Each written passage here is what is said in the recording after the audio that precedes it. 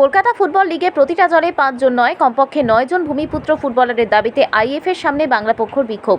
সম্প্রতি the Indian football association নিয়ম করেছে যে কলকাতা ফুটবল লিগে প্রতিটা দলে ৫ জন বাংলার ফুটবলার খেলাতে হবে। বাংলা পক্ষর দাবি, কলকাতা ফুটবল লিগে প্রতিটা দলে ৫ জন নয়, কমপক্ষে ৯ জন বাংলার ভূমিপুত্র ফুটবলার চাই। বরং বলা ভালো, ২ জনের বেশি বহিরাগত খেলানো যাবে না। এছাড়া অনেকে ভিন রাজ্যের ফুটবলের ঠিকানা জালিয়াতি করে বা আধার কার্ড জালিয়াতি করে বাংলার ভূমিপুত্র ফুটবলার হিসেবে খেলে। আবার কার্ড জালিয়াতি করলে সেই ফুটবলারকে গ্রেফতার করতে হবে এবং সেই ক্লাবকে ব্যান করতে হবে। এই দাবি নিয়ে আজ আইএফএ অফিসের সামনে বিক্ষোভ কর্মসূচি করল ও ডেপুটেশন দিল বাংলা পক্ষ। নেতৃত্ব দেন বাংলা পক্ষের সাধারণ সম্পাদক অধ্যাপক গর্গ চট্টোপাধ্যায়। সাধারণ সম্পাদক গর্গ চট্টোপাধ্যায় বলেন,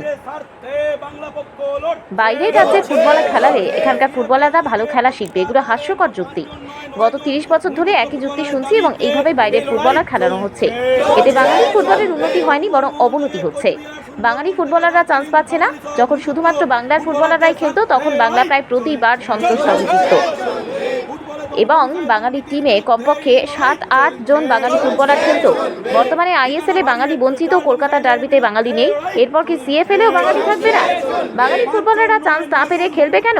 বাংলার ফুটবলকে বাঁচাতে এবং বাঙালি তথা ভূমিপুত্র ফুটবলার তুলে আনতে আইএফএকে সদর্থক ভূমিকা নিতে হবে। সাংগঠনিক সম্পাদক কৌশিক মাইতি বলেন, ক্রীড়াক্ষেত্রে ডমিসাইল দুর্নীতি একটা বড় হয়ে দাঁড়িয়েছে। সেটা ক্রিকেট হোক বা ফুটবল, সর্বত্রই এক সমস্যা। আধার কার্ড জালিয়াতি করে বা ঠিকানা জালিয়াতি করে বাংলার ফুটবলার হিসেবে খেলছে ভিন রাজ্যের ছেলেরা। আইএফএ কর্তাদের এই বিষয়ে সতর্ক হতে হবে। ফুটবলারদের স্কুল সার্টিফিকেট যাচাই করতে হবে এবং এনজিওদের ইস্যু করা ডমিসাইল সার্টিফিকেট চাই।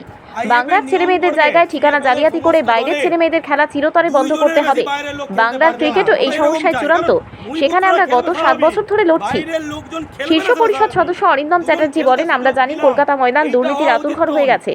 বাইরের প্লেয়ার নিয়ে আসে যাতে চুক্তি ভ্যালুর থেকে কম টাকা প্লেয়ারদের দিয়ে সেই টাকা দুর্নীতি করা যায়।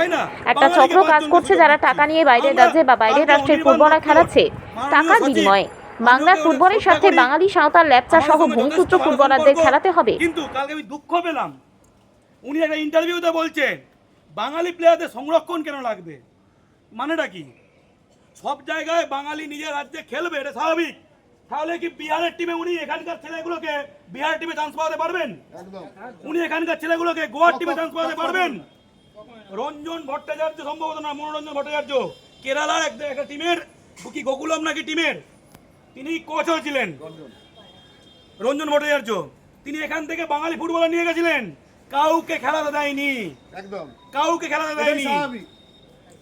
সেখানে আমাদের টিমে আইএসএল এ সব বাইরের লোকজন, ডার্বি হচ্ছে, আমরা বড় টিপও ঝুলিয়েছিলাম, 22 জনের টিম, 1-2 জন বাঙালি খেলছে। ভাবুন তো, ডার্বির ওই ক্রেজটা নেই কেন?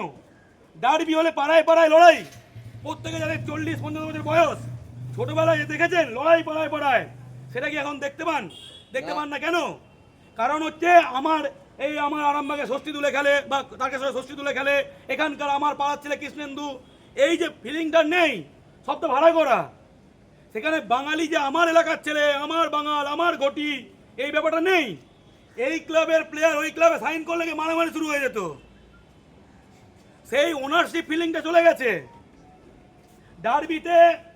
ডার্বিতে খেলা হচ্ছে, আমি নিজে গেছি, স্টেডিয়াম 40%-50% ফাঁকা। এখন স্টেডিয়ামে সাইজ হচ্ছে 65,000 যুবভারতী। আগে কোনো চেয়ার ছিল না, দাদা একটু সরে বসবেন, এই করে 1,20,000 লোক ঢুকে যেত, আমরা সকলে জানি। 1,20,000 লোক ঢুকে যেত। আর এখন 65,000 স্টেডিয়াম, 30,000 লোক হচ্ছে না। কেন হচ্ছে না? এটা কর্তাদের ভাবার সময় এসেছে। কেন হচ্ছে না?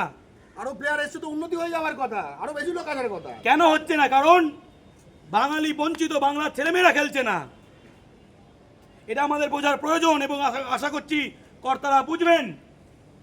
এবং ময়দানে সকলে জানে টাকা পয়সার লেনদেন কেমন হয়, সকলে জানে। এই যে বাইরে থেকে বাঙালি খেলালে, হ্যাঁ, ডোমিসাইল জাল হবে না, ঘুষ নিয়ে ঢোকাতে হবে না। বাইরের প্লেয়ার এলে ডোমিসাইল জাল করবে, ঘুষ নিয়ে ঢোকাবে, এটা একটা মানিচক্র কাজ করছে ক্রিকেটে বেশি করে, ফুটবলেও তাই। এটাই হয়ে গেছে। একটা ছেলে ফুটবল কেন খেলবে? যে ফুটবল খেলে আমি বড় টিমে খেলবো, সরকারি চাকরি পাবো, এই আশায় অনেকে ফুটবল খেলে। যেমন কি অনেক দিন পর হলো যে বাঙালি সন্তোষ ট্রফি জিতে যে বাংলার ফুটবলাররা চাকরি পেল, সকলের কাছে একটা এক্সাম্পল সেট হলো যে আমার খেলতাম, যে খেললে একটা সুযোগ আছে, এই জন্যই তো খেলে।